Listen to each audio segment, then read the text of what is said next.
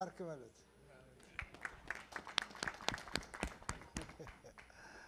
እግዚአብሔር ይባረክ። ጌታ መልካም አምላክ ነው። ዋው! እግዚአብሔር ይመስገን።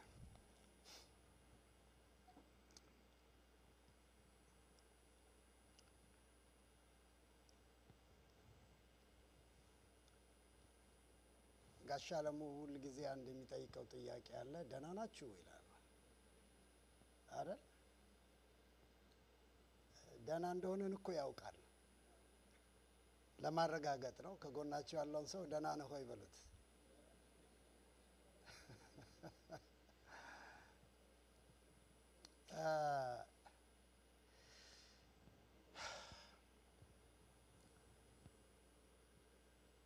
መስበክ በጣም ቀላል ነው። አይገርምም? በጣም የመጨረሻ ቀላል ነገር መስበክ ነው። ማስተማርም ቀላል ነው በእኔ ኮንቴክስት። መዘመርም ቀላል ነው በእኔ ኮንቴክስት። ለእናንተ አላቅም፣ ለእኔ ከባዱ እግዚአብሔርን ድምፅ መናገር ነው። እና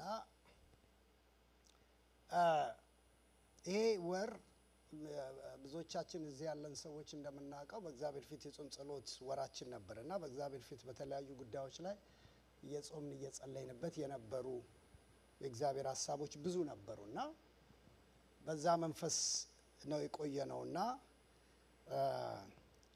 እንግዲህ በእግዚአብሔር ፊት ሰሞኑንም ስንማር እንደነበረው በእግዚአብሔር ፊት ስንሆን እግዚአብሔርን ድምፅ እና እግዚአብሔርን ነገር ስንፈልግ ያው እግዚአብሔር ይናገራል አይደለም? እግዚአብሔር ይናገራል እና እግዚአብሔር ሲናገር የሚነግረን ነገር እኛ የፈለግነውን ብቻ አይደለም፣ ወይም እኛን የሚያስደስቱን ነገሮችን ብቻ አይደለም። እግዚአብሔር ዓይን ያርጋችሁ። ኧረ በደንብ አሜን በሉ። እግዚአብሔር ጆሮ ያርጋችሁ። የእግዚአብሔር ዓይን የእግዚአብሔር ጆሮ መሆን በራሱ ቬሪ ቻሌንጂንግ። ምን ማለት መሰላችሁ? የራሳችሁን ጆሮ የራሳችሁን ዓይን ጥላችኋል ማለት ነው። ለዚህ ነው እግዚአብሔር ቃል ዓይን እንዳየው አያይም አይፈርድም፣ ጆሮ እንደሰማው አይበይንም ይላል። በአጭር ቃል ፓስተር መስፍን ብዙ ጊዜ ኧረ በእናትህ ወዲህ ወዲህ አትበል፣ ዝም ብለህ ወደ መልእክት ሂድ የሚለኝ ምን መሰላችሁ?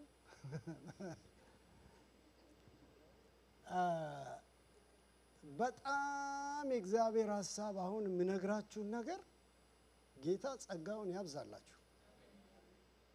በእውነት እንዴት አድርጌ ላስፈራራ ሳይሆን አይዟችሁ፣ የእግዚአብሔር ድምፅ ነው የምናገረው። እና ፓስተርዬ ጌታ ይባርክ፣ በጣም እንወድሃለን። አነቃቃህን አይደል? ጌታ ይባረክ። ፓስተር መርሲ ጌታ ይባርክሽ። ባለቤቱ ታቋታላችሁ አታቁም ብዬ ነው። ሌሎች ፓስተሮች አላችሁ ያሉ ፓስተር መስፍን፣ ፓስተር አስቼ የኒውዮርኩ ፓስተር፣ ፓስተር ዳኒ፣ ሌላ ያልጠራሁት ፓስተር አለ አደ ፓስተር ሳሚ ጉዳይ ቄስ ሳሚ፣ እኛ አብረ አደጎች ነን ሶስታችን። በተለይ ጌታ ይባርካቸው። በመካከላችን በየጊዜው እየመጣችሁ ይህን ነገር ስለምትካፈሉ ይህን መልእክት ተናግሬ አላቅም። ዛሬ ነው የመጀመሪያውን የምናገረው። ግን አሁን ይህን መልእክት ስትሰሙኝ ሌላ ነገርና ሌላ ነገር ሳታስቡ አይምሯችሁና ሀሳባችሁን እግዚአብሔር ቃል ውስጥ ብቻ አድርጉልኝ። እኔ ጋ ናችሁ? እግዚአብሔር ቃል ውስጥ ብቻ አድርጉልኝና በእግዚአብሔር ቃል ውስጥ ብቻ ራሳችንን ሁሌ የምላት ቃል አለች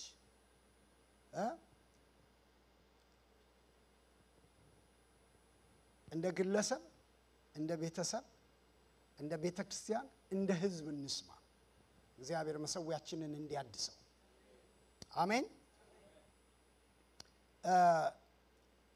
ለምንባብ ክፍል ቶሎ ብዬ ወደ መልእክት ልሄድ ብዙ እንዳላቆያችሁ አንደኛ ነገሥት ላይ ያለን አንድ ታሪክ አንስቼ የእግዚአብሔር መንፈስ በፈቀደልኝ ልክ ልናገር ሞክራለሁ። ቀደም እንዳልኳችሁ ስብከት አይደለም፣ ትምህርት አይደለም። የእግዚአብሔርን ድምጽ እግዚአብሔር አንዳንዶቻችሁ ምናልባት እነዚህን አሁን ዛሬ መናገራቸው ነገር እግዚአብሔር እንዲህ ይላል ብላችሁ የተነባችሁትንም ትንቢት ሊሆን ይችላል ዛሬ በእግዚአብሔር ቃል መናገረው፣ ወይም ደግሞ የሰማችሁትንም ሊሆን ይችላል። ነገር ግን እግዚአብሔር መንፈስ ለቤተ ክርስቲያን ድምጽ አለው፣ ለአብያተ ክርስቲያናት ድምጽ አለው። የሰማኝ ሰው አለ? ስለዚህ አሁን የምናገረው ነገር ስለሚመጣው ዘመን እግዚአብሔር እየተናገረኝ ያሳየኝ ያለውንም ነገር ነው የምነግራችሁ ያለው። እንደ ቤተ ክርስቲያን እንድንጠብቅ እንድንዘጋጅ የምናገረው ነገር አለኝ ዛሬ። አንደኛ ነገሥት ምዕራፍ 13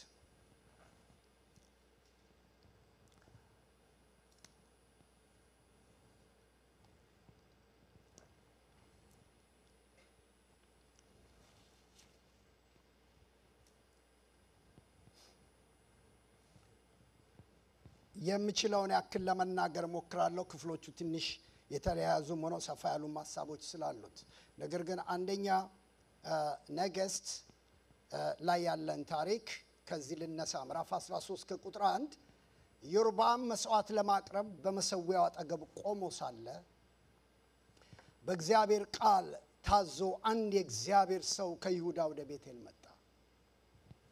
መሰዊያውንም በእግዚአብሔር ቃል በመቃወም እንዲህ አለ፣ አንተ መሰዊያ ሆይ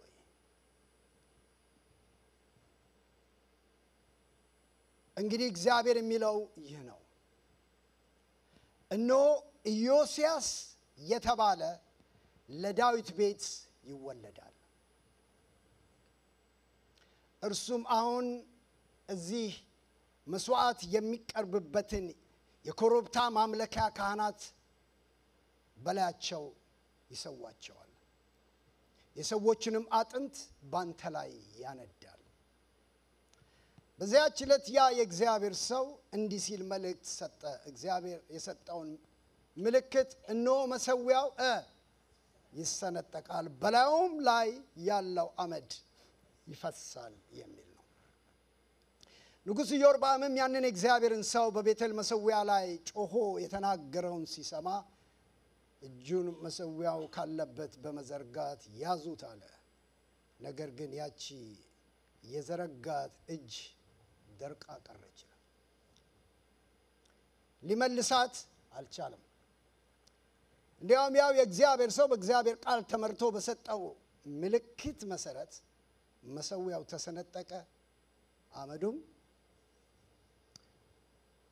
ዛሬ አንድ ጸሎት እንጸልያለን ምልክቱን እንዲያሳየን። ሰምታችሁኛል?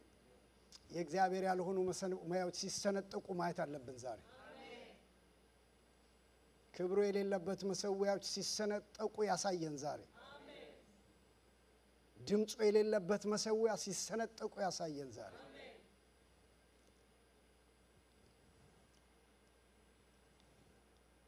ከዚያም ንጉሡ የእግዚአብሔር እጅ ቁጥር 6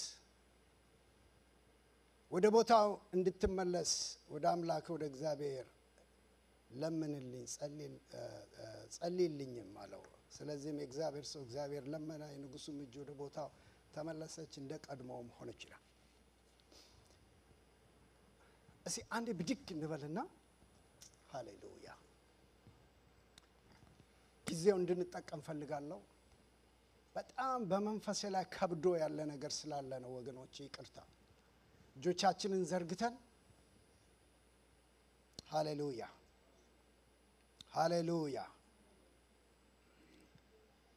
ሃጃ ካቶ ፓራባ ሼካቶ ራባዳማሲያ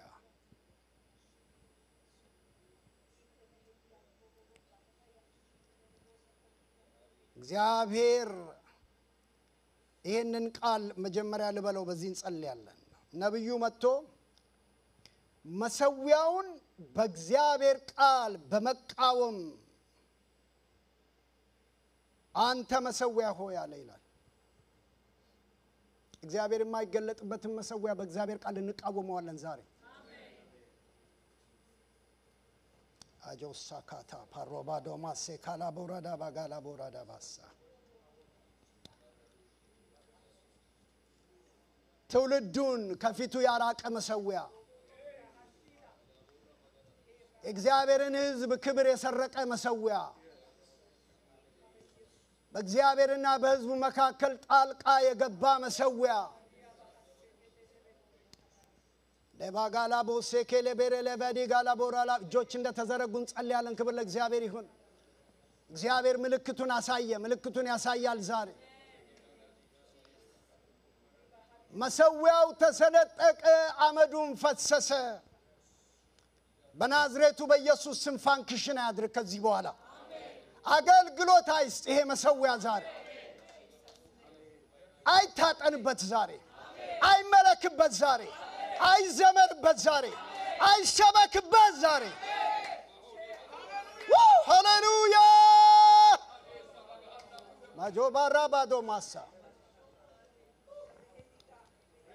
ኤሬለበ ጋላባራ ለባጋላባራ ለባዲያ ለባጋሶ በናዝሬቱ በኢየሱስ ስም በዚህ መሰዊያ ላይ እናገራለሁ። ዛሬ በትውልድና በእግዚአብሔር መካከል የቆመ መሰዊያ ይፍረስ እላለሁ። ዛሬ ተቃውሙት፣ ይፍረስ። አንተ መሰዊያ ሆይ ቃወምሃለሁ ይላል እግዚአብሔር። ይሄ ነው ዛሬ የምናገርበት ድምፅ። አንተ መሰዊያ ሆይ በእግዚአብሔር ቃል ቃወምሃለሁ። ትውልድን ከእግዚአብሔር የሰረክ መሰዊያ የእግዚአብሔርን ሕዝብ ያሳትክ መሰዊያ ማጃር ዱባ አዱባ ጋላ ባራላ ባዶሞሴ ለበጋላ ባራላ ባጋላ አመዱ ይፍሰስ ዛሬ፣ አመዱ ይፍሰስ ዛሬ፣ መሰዊያው ይሰንጠቅ ዛሬ።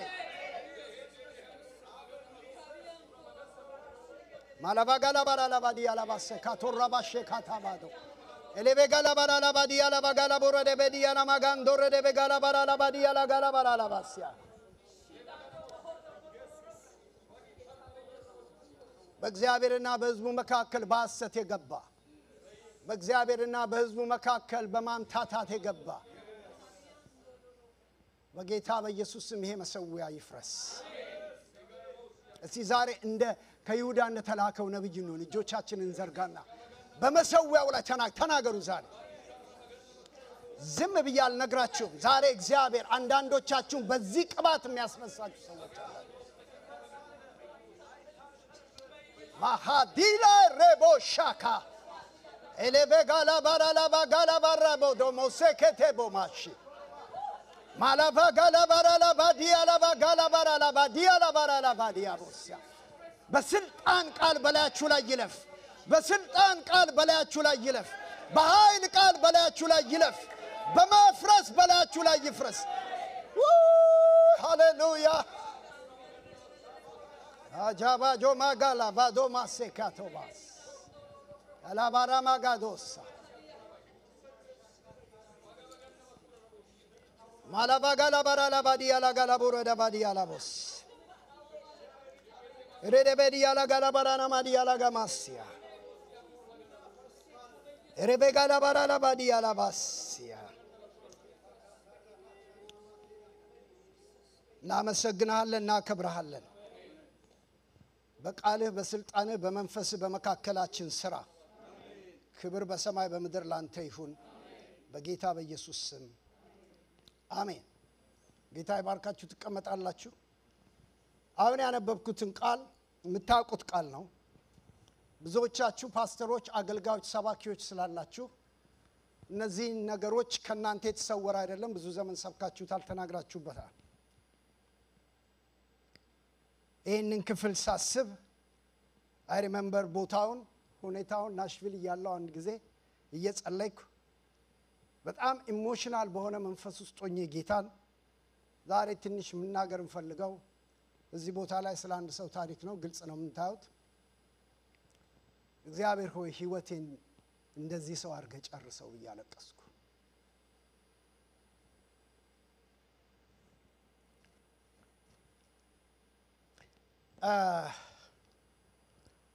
ይሄ መልእክት ለኔ ከምሰብከው በላይ ህይወቴ ነው።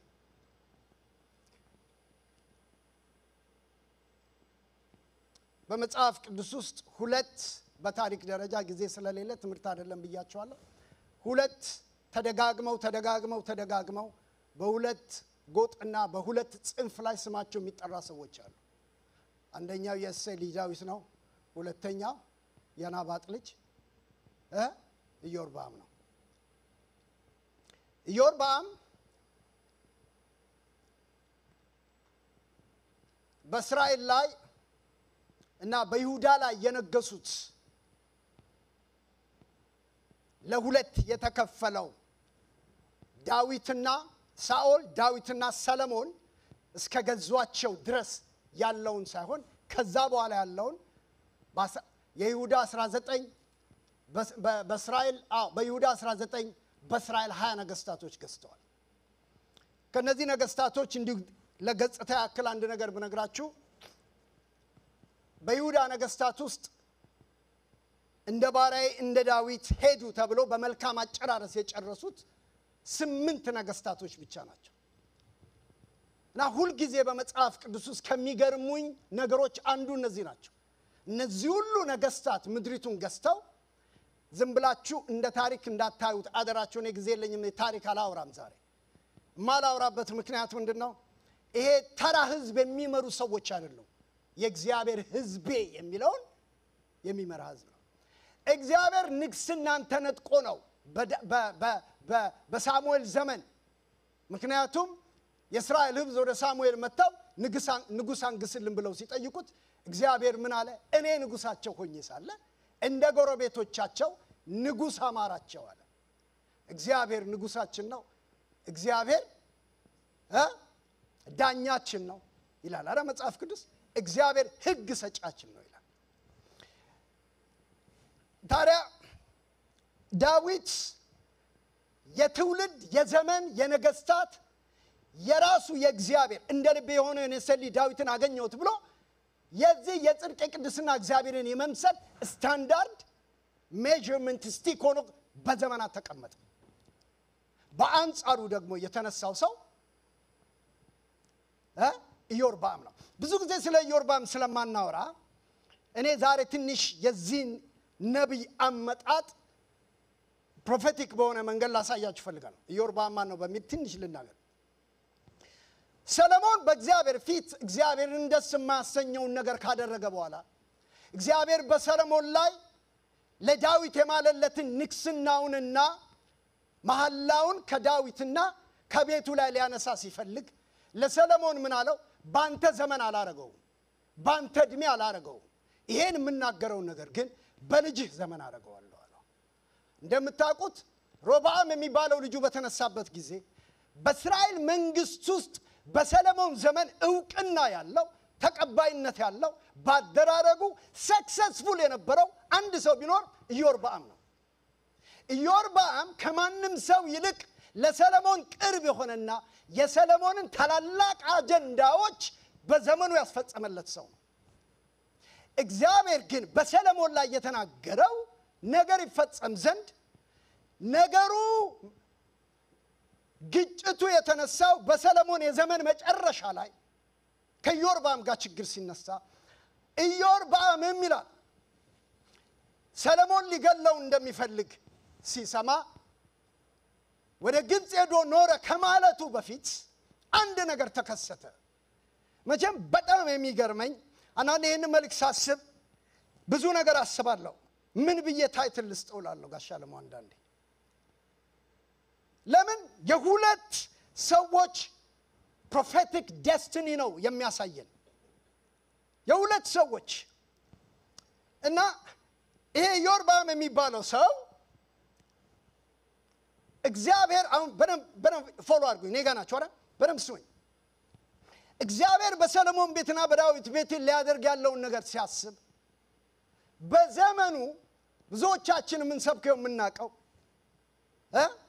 ሴሎ ካፈራችው በሴሎ ካደጉ ዕውቅና ካገኙ ታላላቅ ነቢያት ከሳሙኤል ቀጥሎ አኪያ ነው። አኪያ ሴሎ ለእግዚአብሔር ሕዝብ ካበረከተው። በነገራችን ላይ ሴሎ ማለት የቦታው ስም በሳሙኤል ዘመን የሚጠቀሰው ሴሎ እስራኤል ታቦቱን እግዚአብሔር በግብጽ በወጣበት ጊዜ እግዚአብሔር ታቦቱን በሴሎ አስቀምጦ every time እግዚአብሔር ክብሩን ሊገልጥ ሲፈልግ ወደ ሴሎ ይመጣ ነበር ይላል። that's the presence of God ወደ ህዝቡ የሚመጣበት የእግዚአብሔር የተለየ ቦታ ነው ሴሎ። ነገስታት የሚቀቡበት ነቢያት የሚቀቡበት so ለእግዚአብሔር በጣም ዩኒክ ፕሌስ ነው ሴሎ። ለዚህ ነው በመዝሙር ላይ ለዚህ ነው በነቢያት እግዚአብሔር እኔ በሴሎ አልገለጥም ይላል ሲቆጣ እግዚአብሔር። ለምን ሁሉ ጊዜ ወደ ሴሎ የሚመጡት ማንን ለማየት ነው? እግዚአብሔርን ክብር ለማየት ነው። ሴሎ ካፈራቻቸው ነቢያት አንዱ አኪያ እግዚአብሔር ያስነሳውና በጣም ከመወዳቸው ነቢያቶች አንዱ ነው። አኪያን እግዚአብሔር ይልከውና ሂድና ለኢዮርባም እንዲህ ብለህ ንገረው ይለዋል። ኢዮርባምን በመንገድ ያገኘውና የምታውቁት ታሪክ ነው። ታሪክ በማውራት አላበዛ ቶሎ ብዬ ልንገራችሁ። ቁጥር 28 ላይ እናንብበው ከቻላችሁ። ምዕራፍ 11 ቁጥር 5 ወደ ኋላ ተመለሱና ቶሎ በሉና 29 ይቅርታ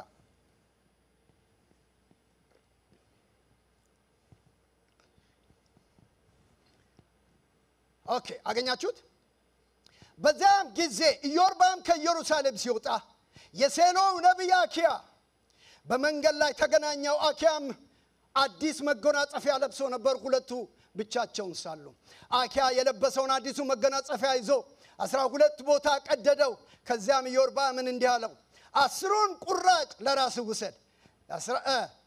ለእስራኤል አምላክ ለእግዚአብሔር እንዲህ የእስራኤል አምላክ እግዚአብሔር እንዲህ ይላልና እነሆ መንግስቱን ከሰሎሞን እጅ ቀዳለሁ፣ 10ን ነገድ ላንተ ሰጣለሁ። ቀናባል እቺን ብቻ ነው መናገር ፈልገው ለአንዳንዶቻችሁ ታሪክ እንድታገናኙልኝ ስለፈለኩ ነው። ወደ ይሄ ዋናው መልእክት ይስላል ነው። ስለዚህ እግዚአብሔር በአኪያ በኩል ኢዮርባም የሚባለው ነብይ ያገኘውና ምን አለው? በጣም ይገርም ነው። ወደ በኋላ ላይ አንድ ነገር አሳያችኋለሁ። 10 ቦታ ጨርቁን ቀደደ ይላል። that's ይሄ የፕሮፌቲክ አክት ይባላል። በብሉይ ኪዳን ዘመን የነበሩ ነቢያቶች ልብስ በመቅደድ አንዳንድ ነገር በማድረግ ነው ፕሮፌቲክ አክት በማድረግ ነው መልእክቱን የሚናገሩት። ፎሎ ሚ ልብሱን ይቀድና ለ10 ቦታ ቀዶ ሁለቱን ለብቻ ለይቶ 10ሩ ምን ይለዋል? የሰራዊት አምላክ እግዚአብሔር እንዲህ ይላል አለው። ከሰሎሞን ላይ እኔ እንዴት እንደሚነካ ልነግራችሁ አልችልም። forget ሰሎሞን ነው እንደ ልቤ የሆነ የእሴይ ልጅ አገኘሁት ዳዊትን ቀባሁት ያለው እንደ ልቤ ከሆነው ከዳዊት ላይ ይህንን መንግስት ለሁለት ከፍዬ 10ን ላንተ ሰጣለሁ አለው። ኢዮርባም በጦርነት አይደለም መንግስቱን የወሰደው። listen to me ዘርፎ አይደለም ተዋክቶ አይደለም ሌላ ነገር አድርጎ አይደለም። በፕሮፌቲክ ድምጽ የሰራዊት አምላክ እግዚአብሔር እንደዚህ ይላል፣ በሰሎሞን ቤት የጠላሁት ነገር አለ። እንደ ልቤ እንደሆነው እንደ ዳዊት አልሄደልኝም፣ ፈቃዴን አላደረገልኝም፣ ሐሳቤን አላደረገልኝም። ስለዚህ አለ እግዚአብሔር ክብሬን ትመልስልኛለህ። even though አንተ ከዛ ቤተሰብ ባትሆንም ከኪዳኑ መካከል ባትሆንም ከተስፋው መካከል ባትሆንም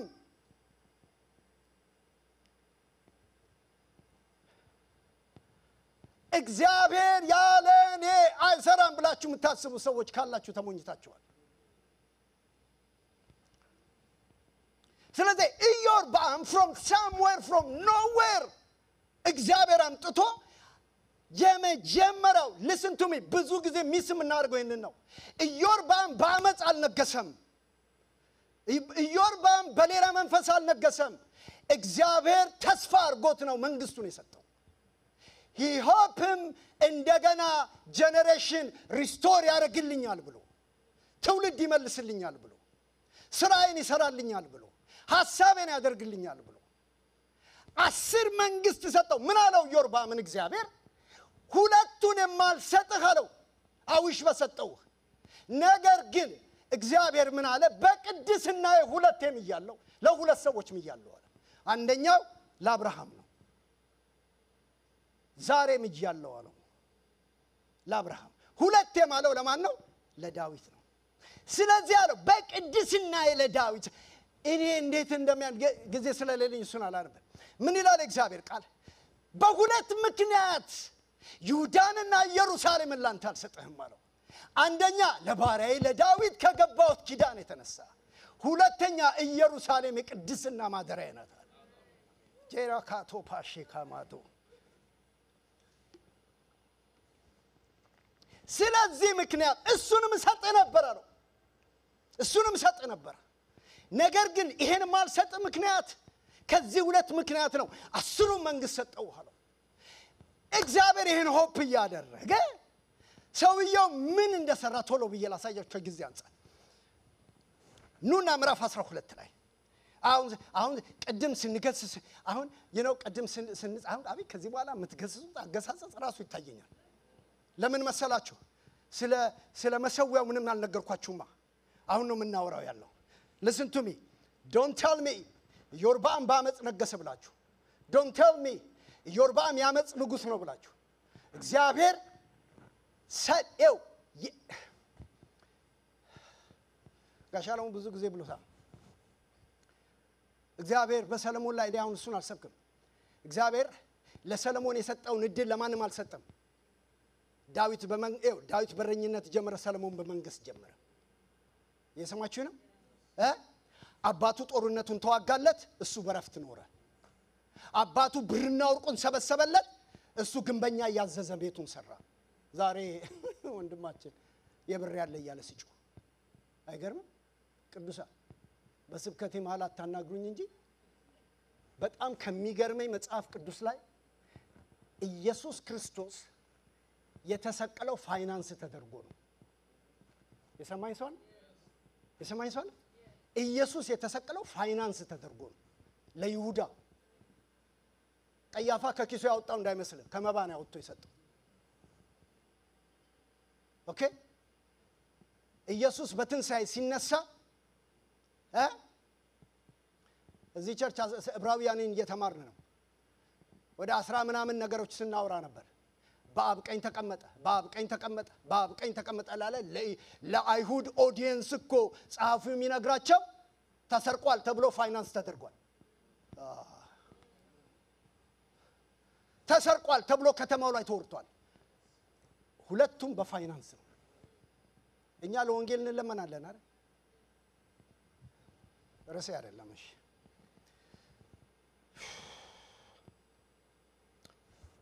እሺ ተመለሱና እቺን ክፍል እናንበባት ምዕራፍ 12 ላይ ኑልኝ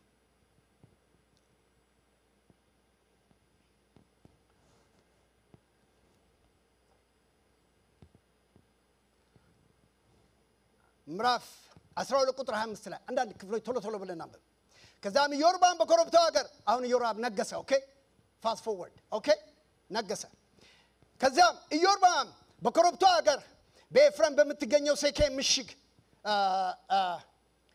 አድርጎ ኦኬ ኑረን ቁጥር 26 ይቅርታ እኔ ከጊዜ አንፃር ስለምሯሯጥ ነው ቁጥር 26 ዮርባም በልቡ እንዲህ ሲል አሰበ ይላል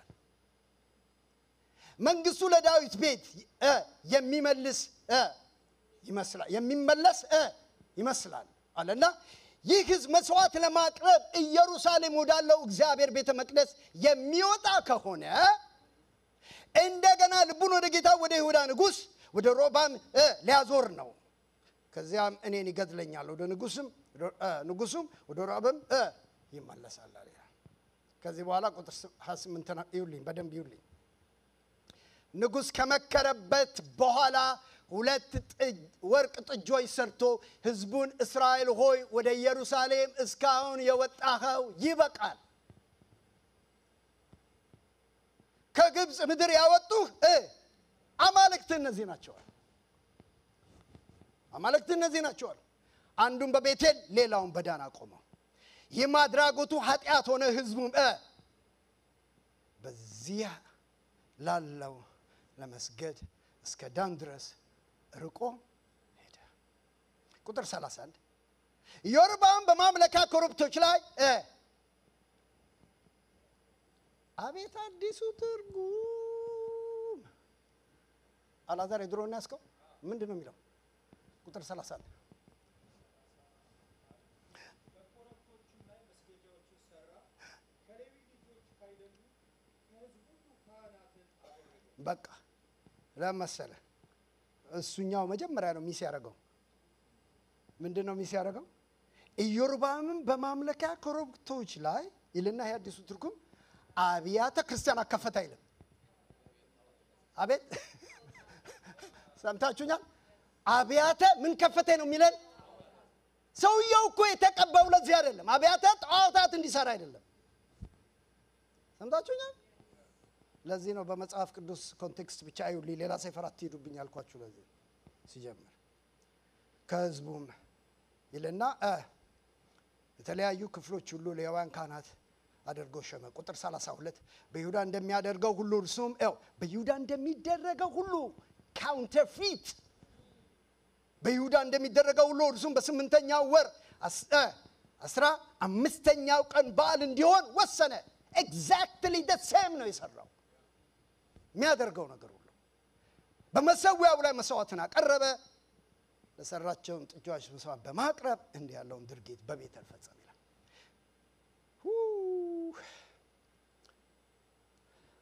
በማምለካ ኮረብቶች ላይ ላሰራቸው ይደግመዋል። አብያተ ክርስቲያናት ሳይሆን አብያተ ጣዖታት በቤተል ካህናቶችን መደበ። ኦኬ አሁን ቶሎ ብለን አንድ ነገር ላሳያችሁ። አሁን ወደ አንድ ነገር ላምጣችሁ። ይሄ ኢዮርብዓም የሚባለው ሰው በንጥቂያ አይደለም፣ በዝርፊያ አይደለም፣ በሌላ ነገር አይደለም ብያችኋለሁ። እግዚአብሔር በዳዊት ቤት ያጣውን በሰሎሞን ቤት ያጣውን ክብሬን ይመልስልኛል ብሎ የማይገባውን ሰው እኮ ነው እናንተ፣ የማይገባን ሰው፣ ለቦታው የማይገባን ሰው ምህረቱ ትልቅ ስለሆነ ኧረ አሜናችሁ ልስሙ። ብዙ ጊዜ ብዙዎቻችን እኮ የማይገባን ነገር ውስጥ የከተተን ይሄ ምህረት ነው። ይሄ ምህረት ነው። በህይወታችን ላይ የተቀመጠው በላያችን ላይ የተቀመጠው ጸጋ፣ በእኛ ህይወት የሚደረጉት ነገሮች፣ በእኛ ዘመን እየተከናወኑ ያሉት ነገር ከምህረቱ የተነሳ እንጂ እኔ ነኝ የሚል አለ እዚህ ጉባኤ መካከል፣ ምህረቱን ያቆመኝ የሚል አለ እዚህ ጉባኤ መካከል። ኢዮርብዓም ቶሎ ብዬ ልምጣላችሁ። ኢዮርብዓም በዚህ መንፈስ ተነስቶ እያለ ነገር ግን በታሪክ ሂደቱ እንደምታውቁት የሁል ጊዜ ነገስታቶች አንድ ነገር ሲያደርጉ የእግዚአብሔር ቃል ምን ይላቸዋል? አመጽ ሲያደርጉ እንደ ናባጥ ልጅ በኢዮርብዓም መንገድ ሄደ ይላል። እግዚአብሔር የአመጽ መለኪያ ያርጋችሁ። የሰማኝ አሜን ይበለኝ። የአመጽ መለኪያ ያርጋችሁ እግዚአብሔር። በተውላችሁ ምን ማለት ነው? ብዙ ጊዜ ከፓስተር መስፍን ጋር አንዳንድ ነገር እናወራለን። ፓስተር ሀብቴ የኔ ህይወትና አገልግሎት በእግዚአብሔር ፊት ለራሴ ብቻ የምኖረው ህይወት አይደለም። አንድ ሲምፕል ነገር ልንገራችሁ።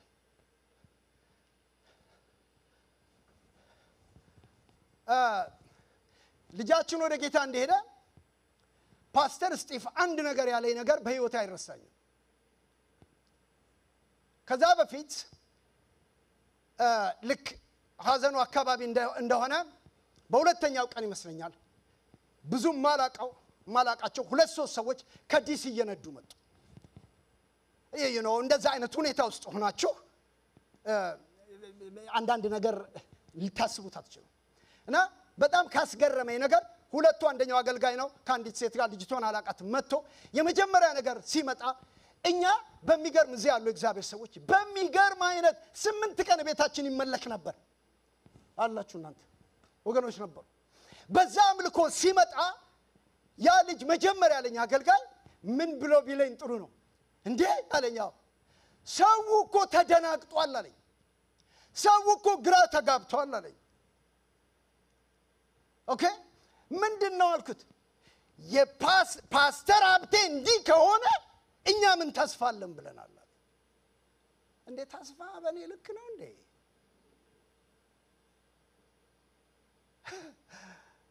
ግን አንድ ነገር ወደ ውስጥ የመጣው ነገር ምንድነው? ወይ ጌታ ሆይ አልኩኝ።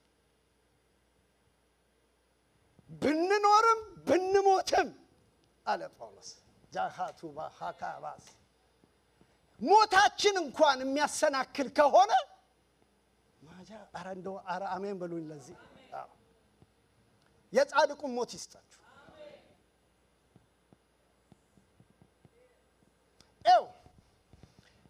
ይሄ ሰው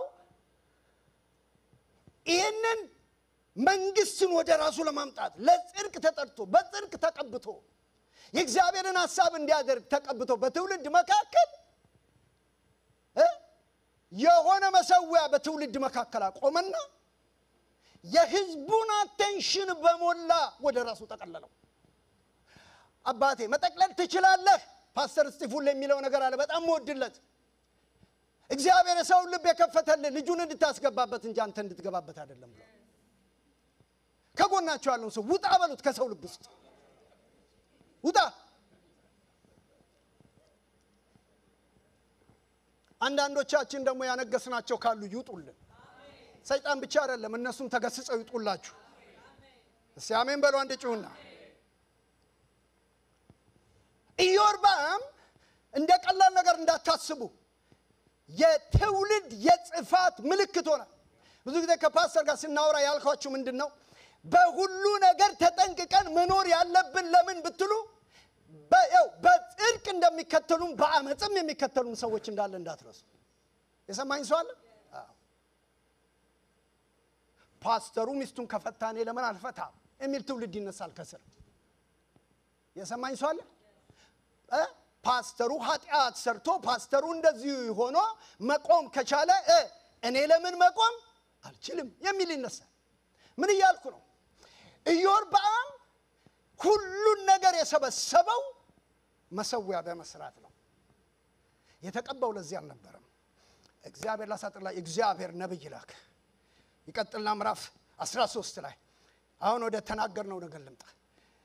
ከይሁዳ የመጣው ነብይ መጣና ኢዮርብዓም በሰሩ ገና መሰዋቱ ነው እናንተ ገና መጀመሪያው አምልኮ ሲጀምር ፓስተር ገና መሰዋት ሲጀምር ምዕራፍ 13 ቁጥር 1 ኢዮርብዓም መስዋዕት ለማቅረብ በመሰዊያ አጠገብ ቆሞ ሳለ እግዚአብሔር ቃል ታዞ አንድ የእግዚአብሔር ሰው ከይሁዳ ወደ ቤቴል መጣ። እጆቻችሁን አንሱና እግዚአብሔር በትውልድ እንደዚህ ያለ ነብይ ያስነሳል በሉ ጩሁና ያስነሳ በሉና ጩሁ። ማጃሃቱ ራባሃሺ ካታባውዳ ሃሌሉያ። ከዛ ምን አለ ቁጥር 2 መሰዊያውን በእግዚአብሔር ቃል በመቃወም አንድ ነገር እኔ ይውላችሁ በመንፈስ የሚጮህ ነገር ልጩህ ዛሬ ያውላችሁ ቤንሰናዳ ሆሳ የሚባል አንድ እግዚአብሔር ሰው ናይጄሪያ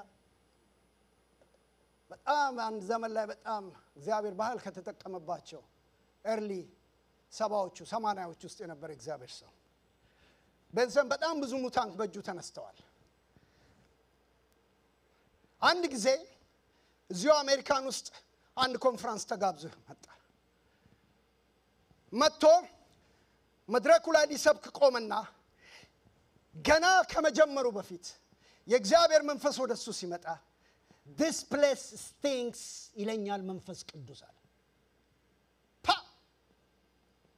የጋበዛችሁት ሰባኪ መጥቶ ለኮንፈረንስ እዚህ ጋር ቆሞ መድረኩ ይሸታል ይገማል የሚል ነብይ ያስነሳልን። አቤት ዝምታ! ፓስተርዬ የተቀባህ ፓስተርዬ አንተን የመሰለ ነብይ የለም አንተን የመሰለ እግዚአብሔር ሰው የሚሉን መሰብሰብ ቀላል ነው።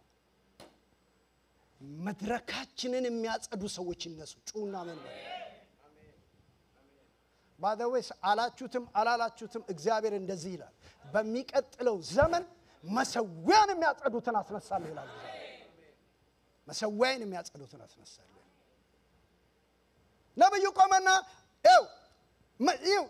ምንም ነብዩ እኮ ኢዮርብዓም ኋላ ነው ማይገርም እናንተ ምን ያለበት ምን አይችልም ይባላል ታውቃላችሁ አይደል?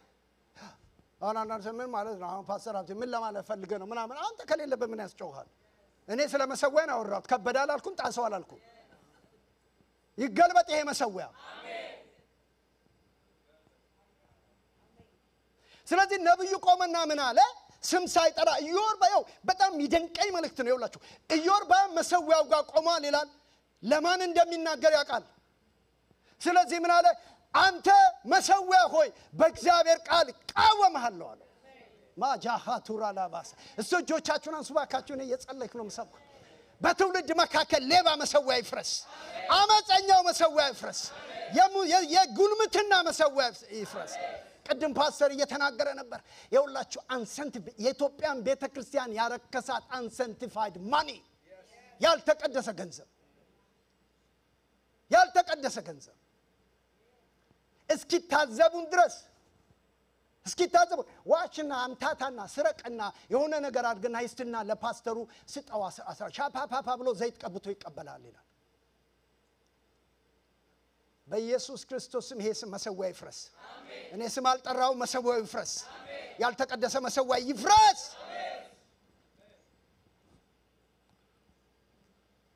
ቆመና ነብዩ ምን አለ? መሰዊያ ሆይ በእግዚአብሔር ቃል ምን አደርጋለሁ? ቃወም አርጩና ቃወማለሁ በልስ። እኔው ለዛሬ ብቻ አይደለም እናንተ እግዚአብሔር ሰዎች ስሙኝ። ዛሬ እግዚአብሔር ባፋችሁ ቃል ያስቀምጥ። ኧረ አሜን በሉኝ። ቃል ያስቀምጥ። ዝም ብዬ አይደለም። እንደዚህ አይነት ነገር በህይወታችሁ የሚመጣ ሰዎች አላችሁ።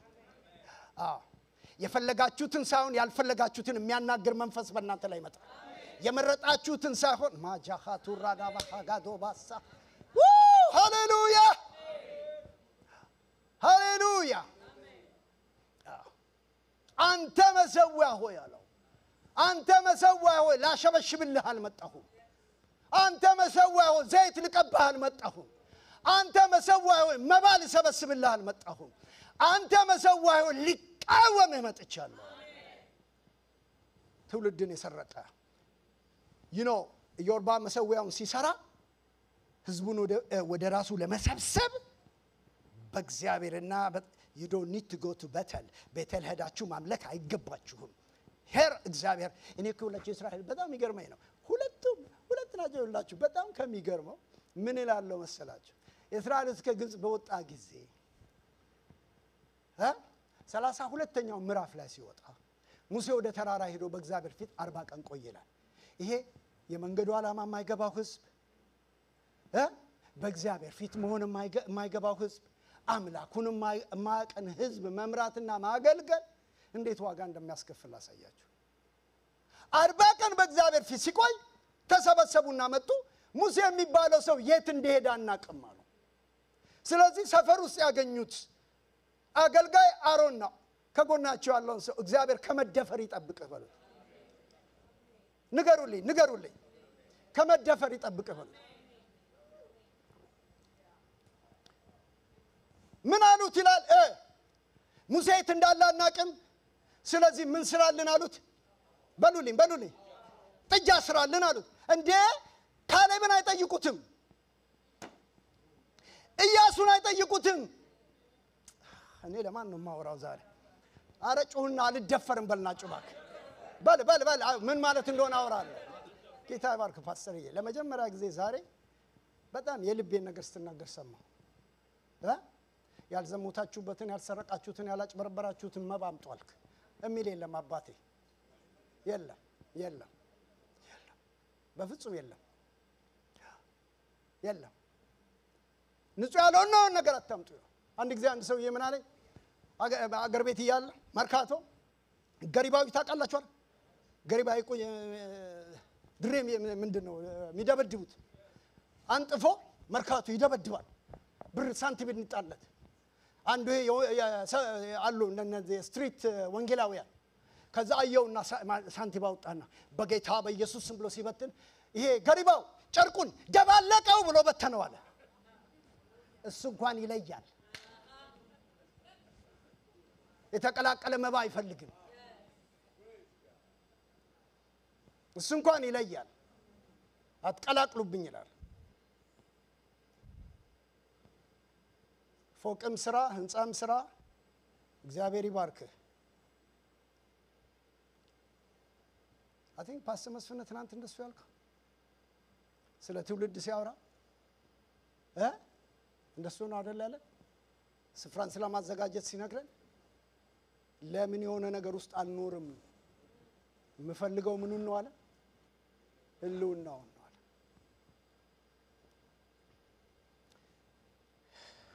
ኦኬ ቶሎ ቢያን ነገር ላሳያችሁ። ከዛ ምን ይላል እግዚአብሔር ቃል? መሰዊያው ምን ሆነ ይላል? ጩና በሉልኝ። ምን ሆነ ይላል? በሉ አንድ ጊዜ ጩና እስቲ። ኦኬ አሁን ተሰነጠቀ። ሃሌሉያ።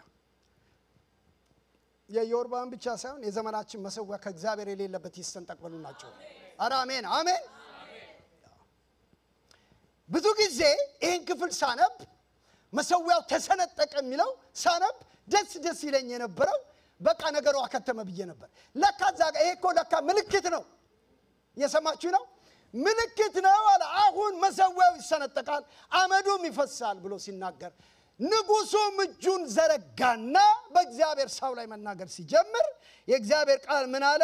የዘረጋችው እጁ ደረቀች ይላል። ሃጃ ሃቱባን እስቲ ይድረቅ በሉ ዛሬ በእግዚአብሔር እጆቻችሁን አንሱና ጸልዩ። ይድረቅ ዛሬ በቤተ ክርስቲያን ላይ እጁ የምትነሳ የክፉ አሰራር ይድረቅ፣ የጨለማው አሰራር ይድረቅ፣ የክፋት አሰራር ይድረቅ። ሃሌሉያ! በእግዚአብሔር ድምፅ ላይ የሚነሳ ነገር ይድረቅ። ደረቀች ይላል እግዚአብሔር ቃል። ኢዮርብዓም ቶሎ ብዬ ልናገር እንደማልጨርሰው ቃል የተወሰነው ዋናው ነገር ግን ተናግሬ መጨረስ አለብኝ። ኢዮርብዓም ከዚህ በኋላ አንድ ስጋት አደረበት። እግዚአብሔር በአንድ ነገር መጣ፣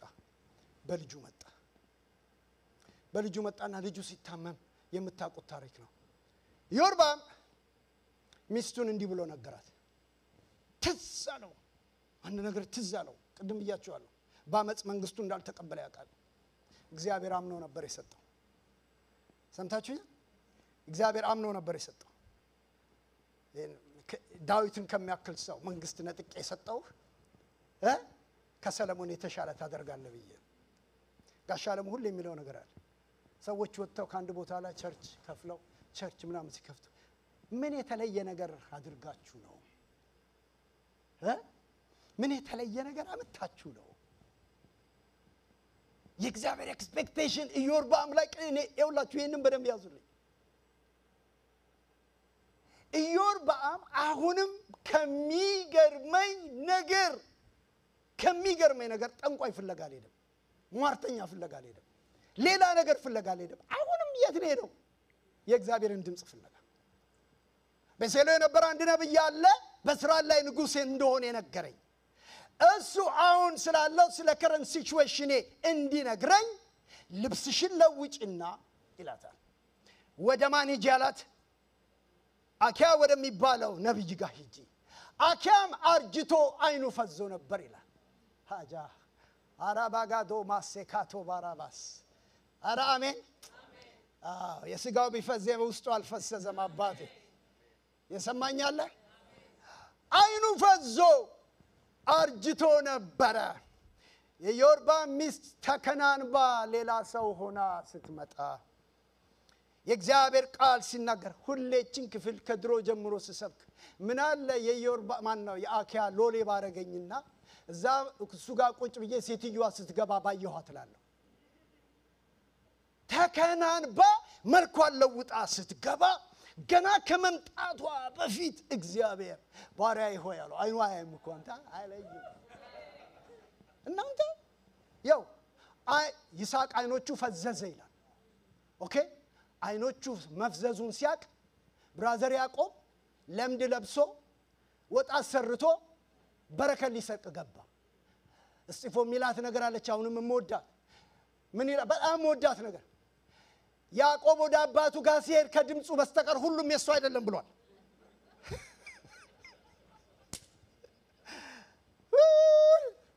ከጎናቸው ያለውን ሰው እንዳደግመው በሉልኝ።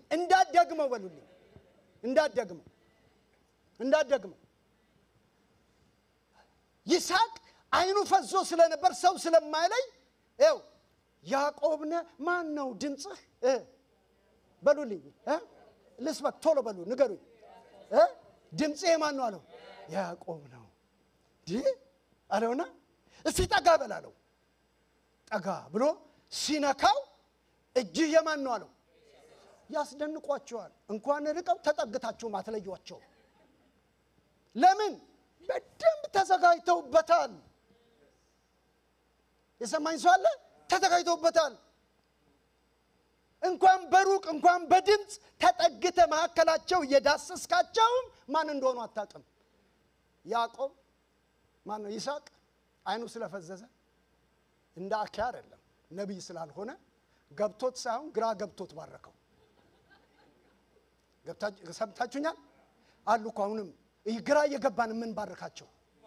አፋቸው ኤንጀሊክ እጃቸው ሌላ ነገር እንዳታስጠሩኝ ብዬ ብዙ ዘመን ትንሽ ዘመን በሰላም እየኖርኩ ስለሆነ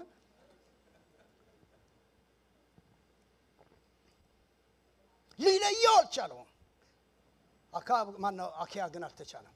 እግዚአብሔር የሚለኝ ነገር የሚቀጥለው ዘመን ላይ አትሸወድም ይላል እግዚአብሔር። ዲላባጋሃቱ ባላባሻ በሚቀጥለው ዘመን ቤተክርስቲያን ውስጥ አትታለንም አባቴ። በሚቀጥለው ዘመን አጭበርባሪው ባንተ ዙሪያ አይሰራም። አኪያ እዛ ቁጭ ብሎ ድምጽ መጣ። ምን አይነት ድምጽ መሰላችሁ መጣ? የኢዮርብዓም ሚስት መልኳን ለውጣ ራሷን ለውጣ እየመጣች ነው አለው። ቋ ያለች ስትገባ ለምን እንዲህ አልክ ብትሉኝ ቁጥር 6 አኪያ የእግሮቿን ኮቴ ድምጽ እበር ላይ ሲሰማ አለ 6 ምንድነው ኢንቹን 3 ኢንቹን ያደረገችው ታቋላቅ በዚህ ዘመን እህቶች ቋ እያለች ስትገባ ኮቴዋን ሲሰማ አይኔ ፈዘው ሰው አይለኝም አይደል? እሱ ምን ቢላት ጥሩ ነው? እዛ በኖርኩ ያልኩት ለዚህ ነው። የኢዮርብዓም ሚስት ሆይ ግቢ አላት። አያካሃቱራ ባባባ ከጎናቸው ያለውን ሰው በብርሃን ኑር የምትለይበት ዘመን መጥቷል። ተሸፋፍና አትቀጥልም። በሚቀጥለው ዘመን ተሸፋፍና አትቀጥልም። የምትለይበት ዘመን መጥቷል። ማኻዱራ ባካቶባስ ሃሌሉያ። ከዛ እንደዚህ ይላል እግዚአብሔር ቃል ይውላችሁ። ከዚህ በኋላ ያለው ጋሻ ነው። በቀደም ይሄንን ክፍል እንጂ በእውነት ነው የምናግራችሁ ላለማጋነን ከፍቼ ይሄን ክፍል ሳነብ ልክ የሆነ ቃ እንደወደቀ እንባይ ድንገት ከአይኔ ላይ ወደቀ። ፈሰሰ አይደለም ወደቀ ብል ይቀለኛል። ከዚህ በኋላ ያለውን ቃል ሳነብ ልብ በሉና ስሙኝ። ከዚህ በኋላ ሂዱና ከኔ ጋር ይውልኝ ቁጥር 6 የግድ ብዙ ነገር ባልሄድችን ነገር ብዬ ሌላ ጊዜ ኮንፈረንስ ያስፈልገንም እኛ እንቀጥለዋለን። ይውላችሁ ቁጥር 6ን እናንብበው። ከ14:6 አኪያም የእግሯን ኮቴ ድምጽ በር ላይ እንደሰማ እንዲህ አላት፣ የኢዮርብዓም ሚስት ሆይ ግቢ። ግን አለ። አይገርምም? አቤት የአዲሱ ትርጉም ዘርጋው የሚባለው ይሄ ነው። ግን ለምንድን ነው ሌላ ሴት መስለሽ ከጎናችሁ በሉልኝ ምን ነው ሌላ ሰው መሆን ፈለክ? ለምን ሌላ ሰው መሆን አስፈለገ? በሉት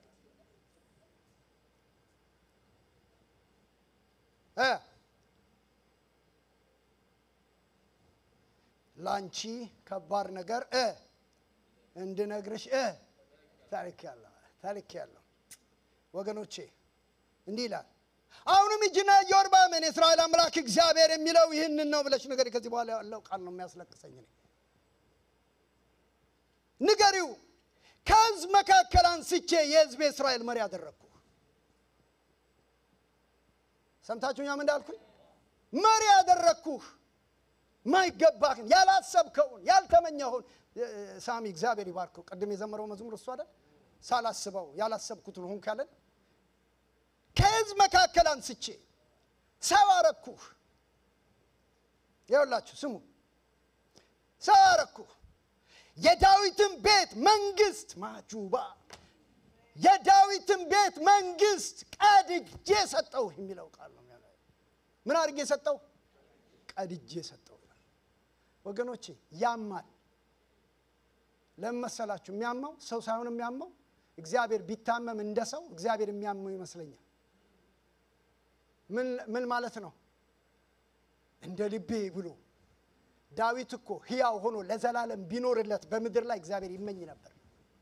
ሰምታችሁኛ? ለምን? ልቡን ስለሚያሳርፈው። ሰምታችሁኛ? ልብ አንዳንድ የምትወዷቸው ሰዎች ሁሉ ጊዜ ከናንተ ጋር ቢሆኑ የምትወዷቸው አይደል? እግዚአብሔር ግን ምን አለ? ይሄንን ሳልፈልግ ቀድጄ ሰጠው ይላል። አንተ ምንም ሆነ አይደለም የሰጠው። አንተ ምንም ሆነ አይደለም ይሄን ያረኩልህ። ቀድጄ መንግስቱን ሰጠው። ከዛስ በኋላ አንተ ግን በፊቴ መልካም ነገር በማድረግ በጣም የሚገርም ነገር ነው እናንተ ይኸውላችሁ። ሃዳባጋ ሃቱራ ላባሳ ይኸውላችሁ ይሄን ቁጥር ሂዱልኝ። ቁጥር 8 ከዳዊት ቤት መንግስት ቀድጄ ላንተ ሰጠው። አንተ ግን በፊቴ መልካም ነገር በማድረግ በማድረግ ብቻ ትእዛዜን እንደጠበቀው በፍጹም ልቡ እንደተከተለኝ እንደ ባሪያዬ እንደ ዳዊት አልሆንክም። ቁጥር 9 ካንተ በፊት ከነበሩት ሁሉ ይልቅ አንተ የከፋን ሥራ ሰራህ። ለራስህ የቀለጠ ብረት ሌሎች አማልክትን ሰራህ። ቁጣዬን አነሳሳ የሚለው ይሄን ቃል ነው ወገኖቼ የሚለው። አንተ ግን ወደ ኋላ ጣልከኝ አለው። ሰምታችሁኝ ያም እንዳልኩኝ እኔ መርጬህ፣ እኔ ሰው አድርጌህ፣ እኔ ቀብቼህ፣ እኔ አንግሼህ፣ እኔን ሁሉ ነገር አድርጌህ አንተ ግን ወደ ኋላ ጣልከኝ ይላል። እጆች እነሱና እንጸልይ ባካችሁ። እግዚአብሔር ከትውልዳችን ተገፍትሮ የተጣለበት ዘመን ይመለስ፣ በጽድቅ ይመለስ፣ በጽድቅ ይመለስ። ሰው ያልሆነውን ሰው ያደረገን እግዚአብሔር በናዝሬቱ በኢየሱስ ስም በትውልድ መካከል እግዚአብሔር ወደ ክብሩ ይመለስ፣ ወደፊት ይመለስ። እግዚአብሔር ወደ ኋላ የተገፋበት ዘመን ይብቃ፣ ወደፊት ይመለስ።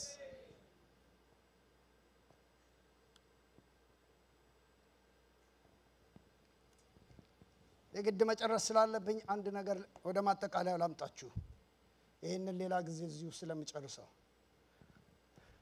አንተ ግን ወደ ኋላ ጣልከኝ እንዳትረሱት።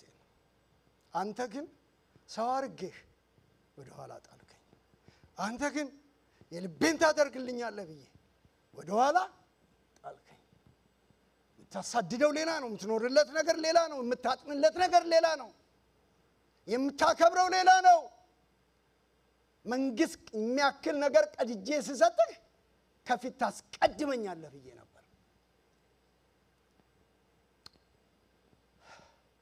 በነገራችን ላይ this is part 1 እኔ ላወራ የመጣሁት ዛሬ ስለ ኢዮስያስ ነበር። ይሄ መግቢያው ኢንትሮዳክሽኔ ነው። እግዚአብሔር ምን ይላል? አንተ መሰዊያ ሆይ ቁጥር 13 መልሼ አንድ ቃል አንብብና ወደ ማጠቃለያው ልምጣ። ምክንያቱም ላጠቃልለው ሳይሆን ማቆም አለብኝ። ምክንያቱም ልነግራችሁ የመጣሁት ሁለተኛ ነገሥት ላይ ያለውን ክፍል ነበር። ማን ነው? ሁለተኛ ዜና ላይ ያለውን ክፍል። ኦኬ ኢዮስያስ እንዴት እንደመጣ እሱ መናገር ስለማልችል እዚህ ጋር ቆመዋል። ነብዩ ግን እንዲህ አለ።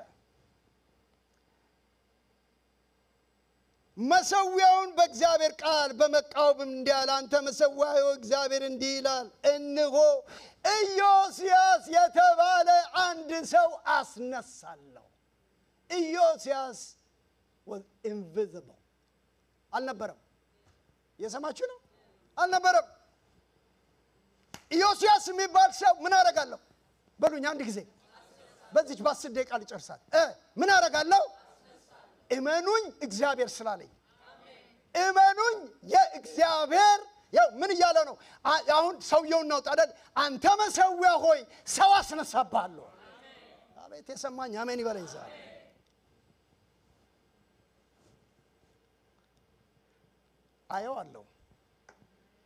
አየዋለሁ እናንተን አላቅም፣ እኔ አየዋለሁ። ኢየሱስ ክርስቶስ ተወልዶ ወደ ቤተ መቅደስ ሲመጣ ስምዖን የሚባል ሰው of all ካህን ስንት ካህን እያለ ማርያም አምጥታ በስምዖን እጅ ላይ ስታስቀምጠው የእግዚአብሔር ቃል እግዚአብሔር የቀባዩን ሳያይ እንደማይሞት በመንፈስ ተረድቶ ነበር ይላል። መረዳት አለኝ። አየዋለሁ መሰዊያው ሲጸዳ ጃጋሃ ዱራላ ባዳ አየዋለሁ እግዚአብሔር በመሰዊያ ላይ ሰው ሲያስነሳ። አየዋለሁ የሚያፈርስ ትውልድ ሲያስነሳ። ኢዮስያስ አልነበረም። he was invisible። አውሽ ጊዜ ቢኖር ብነግራቸው አንድ ነገር ነግራቸዋል። እግዚአብሔር ምን አለ? that's my prophetic destiny message is here። እግዚአብሔር ምን አለ? አንተ መሰዊያ ሆይ አለው day will come, season will come። ሰው አስነሳብሃለሁ አለው። እንደ ልቤ የሆነው ነገር ታሪክ የሚመልስ ሰው አስነሳለሁ። በወፍ በረር ልውሰዳችሁ። ሁለተኛ ነገሥት ቶሎ ሄዱልኝና የግድ ይሄንን ነገር ሐሳቡን ሰጥቻችሁ ብቻ ልሄድ ዲቴሉን ባላወራ አልደከማችሁ ማለት 10 minutes። ሁለተኛ ነገሥት ሄዱልኝ ማን ነው? ሁለተኛ ዜና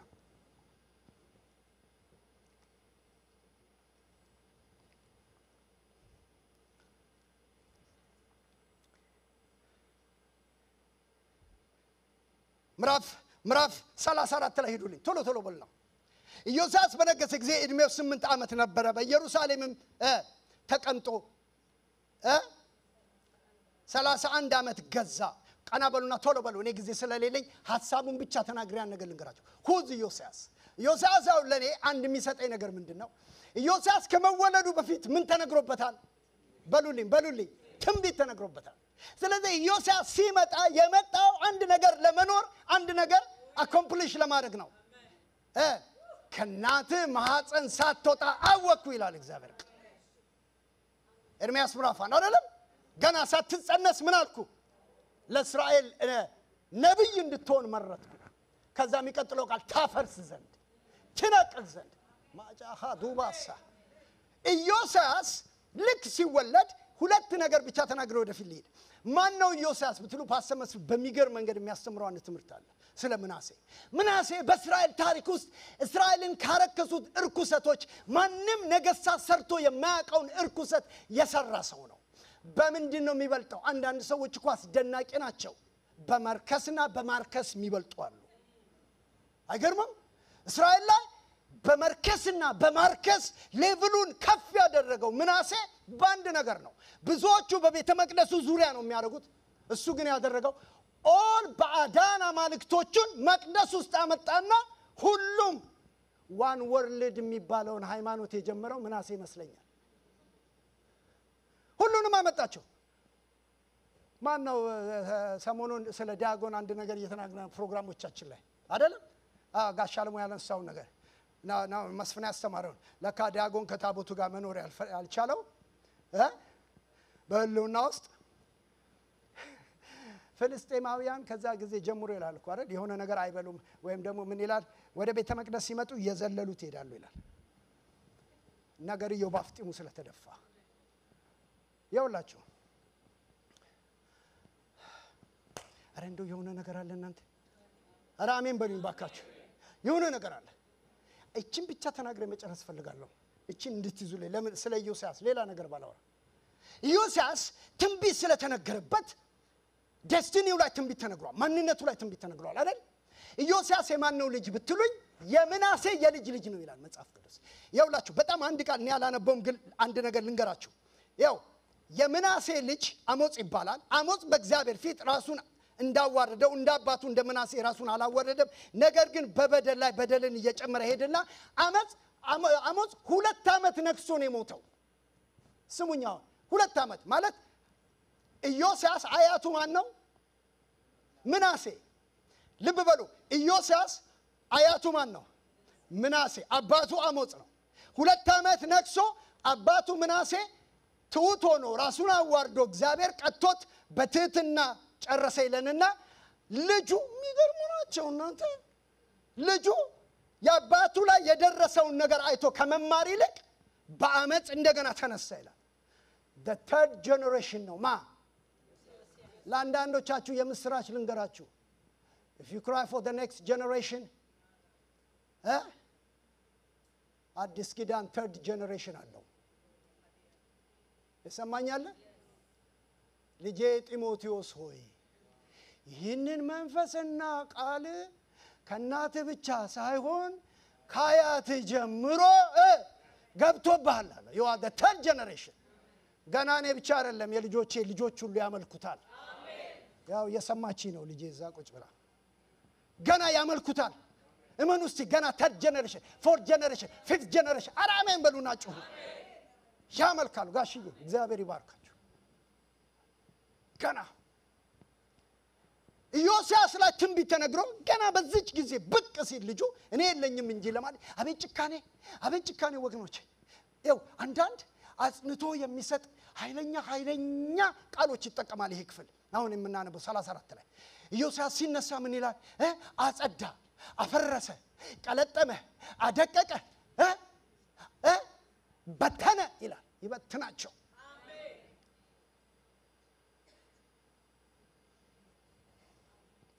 ይሄም ካደረገ በኋላ በዚህ ቃል ጨርስላችሁ የግድ እሱን ማንሳት ስላለብኝ ፕሮፌቲክ ነገር ስለተነገረበት ሰውየው ይሄን ያደረገ ይያለ በጣም ልቤ ነካ ከፓስተር መስፍን ጋር ሁሌ እናወራለን ይሄን ያደረገ ይያለ አንድ ነገር አለና ሰዎች ሾመና በዚህ ልጨርሰው ሰዎች ሾመና ወደ ቤተ መቅደስ ላከ ይላል ምኑን አጽዱልኝ አለ በሉልኝ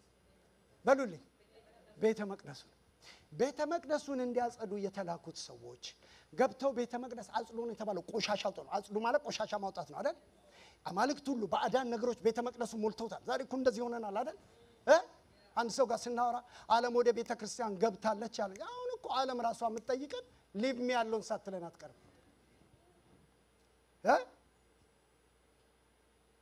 አሁን በዚህ በመንኖርበት ዘመን ስለምናየው ነገር እሱ ማውራት ስለማልፈልግ ነው በኮንቴክስቱን በዚህ ውስጥ ይውልኝም ነው ስለዚህ ቤተ መቅደሱን ሊያጸዱ የገቡት ሰዎች አንድ ነገር ነው የተጠየቁት አጽዱ ነው ሌላ ነገር አልተጠየቁም በዚህ መጨረሻው አልኳችሁ ምንድነው ድንገት ገብተው ቤተ መቅደሱን ሲያጸዱ በጣም የሚገርም አንድ ቃል ምን ይላል የጠፋውን የሕጉን ቃል አገኙ የሚለው ቃል እንዴት የሚያስገርም ይመስላችሁ እንዴ የሕጉ ቃል እኮ የጠፋው የሆነ ሰፈር እግራው ተወይዶ አይደለም በገዛ ቤቱ ነው የጠፋው በማደሪያው ነው ቃሉ የጠፋው የሰማኝ ሰው አለ በገዛ ቤቱ ነው ለምን ባዕዳን ነገሮች ገቡ ሞሉ አጣበቡት ተተረማመሰና ጥጉን ይዞ ቁጭ አለ የት እንዳለ ጠፋ የሕጉ ቃል የጽድቁ ቃል የቅድስናው ቃል የፈውሱ ቃል የሚለውጠው ቃል የሚያነጻው ቃል የእግዚአብሔርን ፍርሃት ወደ ትውልድ የሚያመጣው የእግዚአብሔር እውነት believe me እግዚአብሔር የተናገረን በሚቀጥለው ዘመን የሚነሳው ትውልድ በጸዳና በንጹህ ቃል ቤቱን የሚያጠራ ትውልድ ይነሳል ዊሽዋሺ ባልሆነ ራሳችሁን አዘጋጁ ደብ ስላለው ለእግዚአብሔር እውነትና ትምህርት የሰማኝ አሜን ይበለይ ለዚህ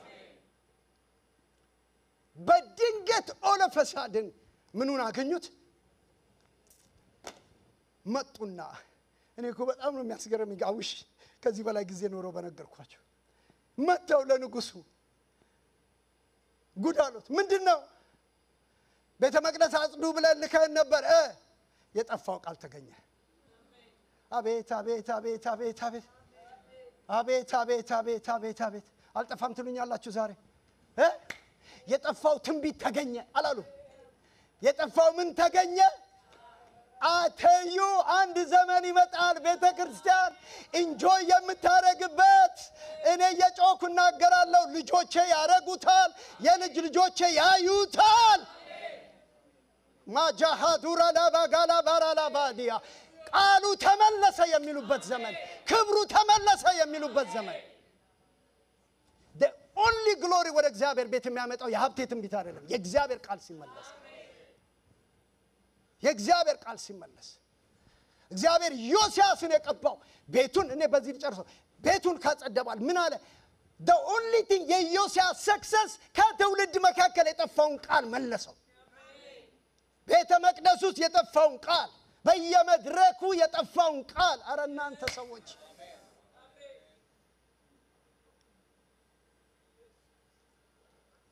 ዛሬ ቤተ ክርስቲያን የኢትዮጵያ ቤተ ክርስቲያን ከእግዚአብሔር ቃል ይልቅ ሰው ሰራሽ በሆነ ትንቢት ሰው ሰራሽ በሆነ ሐሳብ የምንሳከርበት ዘመን don't tell me ቃሉ እኮ ይኸውላችሁ አሁን ስለ ብሉይ ኪዳን አታስቡ ታቦቱ እኮ እኛ ነን መቅደሱ እኮ እኛ ነን ማደሪያው እኛ ነን በሰው ህይወት ውስጥ እግዚአብሔር ይባርካችሁ እዚህ ቤተ ክርስቲያን ውስጥ እግዚአብሔርን ቃል አንብቡ ስትባሉ 3 ጊዜ 4 ጊዜ ነግሬያችኋለሁ ይሄ መደበኛው ትርጉም እጄ ላይ ያለው 1175 ፔጅ አለው 10 ፔጅ በቀን አንብቡ ብያችኋለሁ በአንድ ወር ውስጥ in 30 days 1775 ፔጅ የምታነበው እህት ኢንስፓየር የምታረገኝ ሳክሪፋይስ ያደረገችው ብዙ ነገር ስላለ ነው ጣዖት ማለት ከእግዚአብሔር በላይ የምትወደው ከእግዚአብሔር በላይ የምትገዛለት ከእግዚአብሔር በላይ የምትታዘዘው ነፍስህን የሰጠህለት ነገር ነው ጣዖት ማለት ድንጋይ አይደለም ስልክም ጣዖት ሊሆን ይችላል ያስከው ነገር ሁሉ ጣዖት ሊሆን ይችላል አተዩ አንድ ዘመን ነፍሴ ይናፍቃል። ኢዮስያስ ሲመጣ ያደረገው በትውልድ ይኸውላችሁ ቃሉ ተገኘ ሲሉት በቃሉ ውስጥ ያለው ነገር ሲያነብ ምኑን ቀደደ ይላል? ልብሱን ቀደደ። ቼንጅ መጣያችሁ። ቼንጅ መጣ። ከመሪ ጀምሮ የሚመጣ ቼንጅ የነገስታቶቻችን ልብ የሚቀድ ማጃሃዱራ ለባጋላ ባራላ ባዶማሳታ ሃሌሉያ። እናንተ የምናሴ እኮ ልጅ ነው፣ ሩቅ አይደለም። ከዛ አንድ ነገር አለ በጣም ወደው በከተማይቱ ወዳለችው ወደ ነብይቱ ላኩልኝ አለ። ምኑን? የሕጉን ቃል እንድተረጉምልኝ። ከዚህ በኋላ የሚነሳው ትንቢት ልብ ወለድ ሳይሆን ማጃ አራደ ለባጋዱሮ ልብ ወለድ አይደለም። ምንድን ያለው ኢዮስያስ? በሕጉ ቃል ላይ ያለውን የሚተረጉምልኝ ነብይ ይፈልጋለሁ አለ። ሂዱና ጠይቋት አለ። በሕጉ ላይ ያለው እግዚአብሔር እንዲህ ይላል አለችው። የሕጉን ቃል በሰማ ጊዜ ልብን ቀዳሃልና ራስን አዋርደሃልና። ኢዮስያስ ማጃራ ላባጋ ሪቫይቫል ከዚህ ነው የሚጀምረው። አባቴ ሪቫይቫል የሚጀምረው ከዚህ ነው፣ ከመዋረድ። የዛሬ ሰባኪ በላይክና በኮሜንት ማጀብና መታጀብን የለመድ ነው። ስንት ሰው አየኝ፣ ስንት ሰው ሰማኝ ብለን። እውነተኛው ቃል ሲነገር ልብስ ነፍስ ትፈሳለች። ኢዮስያስ ቸኮለ ወደ ህዝቡ ለመሄድ። ምን አለ? የሕጉን ቃል በህዝቡ ሁሉ ፊት ምን አደረገ? አነበበላችሁ። ህዝቡ ሁሉ በእንባ ታጠቡ ይላል። ይሄን ብዬ ልጨርስ። አንድ አብረን አንብባት እቺን ቃል። በቃ የመጨረሻ ቃል ምዕራፍ 35 ሂዱልኝ። I have to stop right here.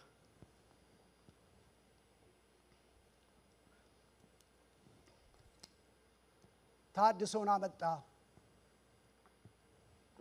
ቤቱን ቀደሰ፣ ማደሪያውን አስተካከለ።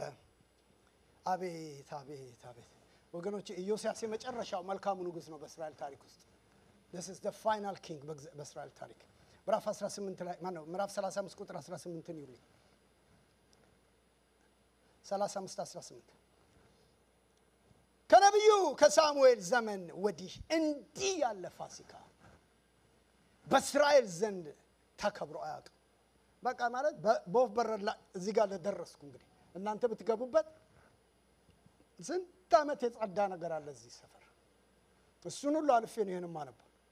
በነቢዩ ከሳሙኤል ዘመን ወዲህ እንዲህ ያለ ፋሲካ በእስራኤል ዘንድ ተከብሮ አያውቅም። ኢዮስያስን አድርገኝ ብያስ ጮኸኝ። ይሄ ነው ኢዮስያስን ከካህናት ከሌዋውያን ከመላ ከይሁዳ ከእስራኤል በዚያም ከነበሩት ከኢየሩሳሌም ሰዎች ጋር እንዳከበረው አድርጎ ያከበረ አንድ የእስራኤል ንጉስ አልነበረም፣ ኢንክሉዲንግ ዳዊት።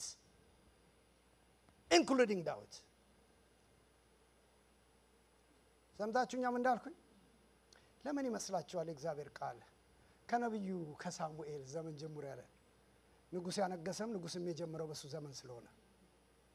ስለዚህ ምን ይላል እግዚአብሔር? ይጠቀልለውና ኢዮስያስ ያደረገውን ነገር ኢቭን ዳዊት እንኳን አላረገውም ማለት ጌታ እኔ ብታምኑ እኔ ያደረኩትን ከኔም በላይ ታደርጋላችሁ። ይሄን የግድ ማቆም ስላለብኝ እንስናሳና እንቆም። ይሄን ጸሎት እንድንጸልይ እየጸለይ ስለምትሰሙኝ ያለው ይሄን ጸሎት እንድንጸልይ ፈልጋለሁ ዛሬ። ቃሉ ይመለስ በሉና ጩሁ። ዛሬ ጽድቁ ይመለሳል። ቃሉ ሲመለስ ቅድስናው ይመለሳል። ትናንትና ፓስተር መስፍን አንድ ነገር ያለው ነገር ነፍሴን ነካኝ። እግዚአብሔር ሲገኝ ሶስት ነገር አብሮ ይመጣል አለ። the very thing እግዚአብሔር ሲገኝ ሰራውንድ የሚያደርገው ሆሊነሱ ነው። እግዚአብሔር ሲመጣ ኢሳይያስ በረጅም ዙፋን ላይ አየሁት ካለ በኋላ ቅዱስ ቅዱስ ቅዱስ አለ። እጆች ይዘርጉና በኔ ህይወት ጀምረው በሉት። ይመለስ ይሄ ቃል በሉት። ይመለስ በኔ ነፍስ በሉ። አላባጋዶ ራባዶ ማሴኬሌ በራላባዶ ሴዴቬጋላ ቦራና ማጋላ ቦራላባስ ኤሌቬጋላ ቦራዳ ባዲያና ማሴካቶ ባሺካቶ ኤሌቬጋላ ቦራላባዲያ ላባስያ ጸልያለሁ። እናንተ እግዚአብሔር ሰዎች፣ እናንተ መጋቢዎች፣ እኔ ጸልያለሁ በእናንተ ላይ በከተማችሁ ላይ በዚህ ቃል እግዚአብሔር ይግለጣችሁ። በመሰዊያው ላይ በዚህ ክብር ይግለጣችሁ። በዚህ ሰዓት የጠፋውን ነገር በትውልድ የምትመልሱ ያርጋችሁ። በዚህ ሰዓት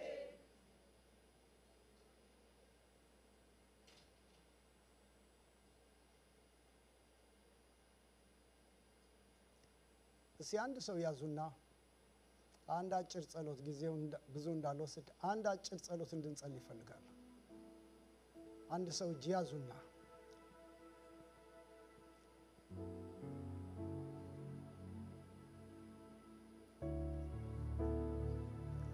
በህይወቱ የጠፋው የእግዚአብሔር ነገር ይመለስለት ዛሬ ይመለስ። እግዚአብሔር በስልጣን ሲያሰማሽ የነበረው የቃሉ ብርታት እኔ ለማን እንደምናገር አላቅም። የእግዚአብሔር መንፈስ ይናገረኛል። በብርቱ ባንቺ በህይወትሽ ሲያልፍ የነበረ ሴት ከከበበሽ የሰው ፊት ከከበበሽ የሰው ግርማ የተነሳ ከሰዎች ማስፈራት ማንነት የተነሳ በውስጥሽ ያለውን ነገር ኢንቲሚዴት አድርገው የተቀመጠው ነገር ከዚህ በኋላ በቃ ይልሻል እግዚአብሔር።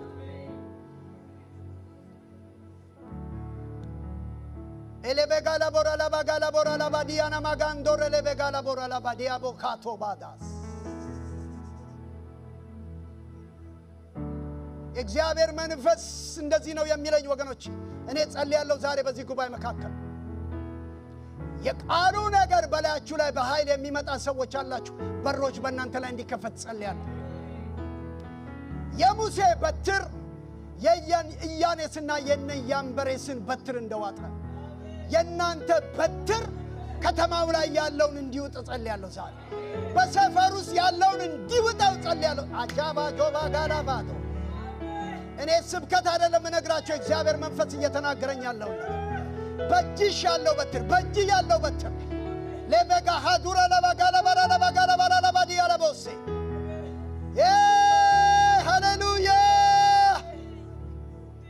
ባልባግራማንዶ ሰከረ ባባማዶ ራባባማ ጋላባዶ ሮቦጋላባዴ በጋላባዶ ጸልዩ በልሳኖቻችሁ ራባጋላባራ ለባጋላባራ ለባው ባጄ ባላባጋላባራ ለባዲያ ለቦስ የጌታ መንፈስ እንደዚህ ይለኛል። በእስራኤል ሕዝብ መካከል ስብከት አይደለም መንፈስ ቅዱስ የሚለኝን ነው መነግራችሁ ያለው። በእስራኤል መካከል በሙሴና በአሮን ጉባኤ መካከል እግዚአብሔር ቁጣ ሲነሳ የተነሳው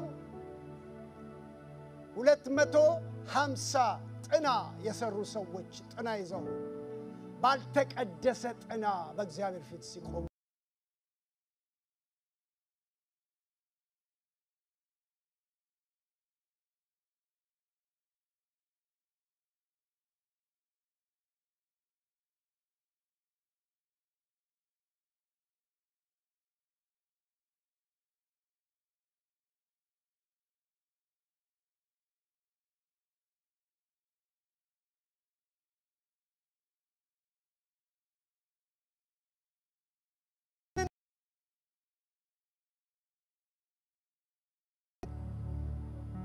መቅሰፍቱም ተከለከለ ይላል እግዚአብሔር። እንደዚህ ነው የሚለኛለው። በእጅ ያለው ጥና ትውልድ ያድናል ዛሬ። ተቀደሰው ነገር ይጨፈለቃል ይላል በዘመን። የአሮን ጥና ብቻ ነው በክብር ውስጥ የሚያልፈው። ማንዶረ ለበጋላ ቦራላ ባሳ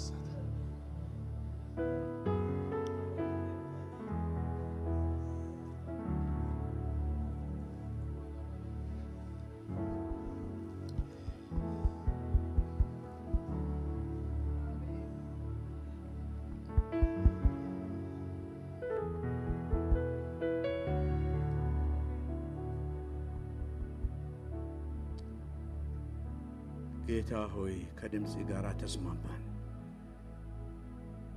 ከድምጽ ጋር ተስማማን፣ ከፈቃሪ ጋር ተስማማን።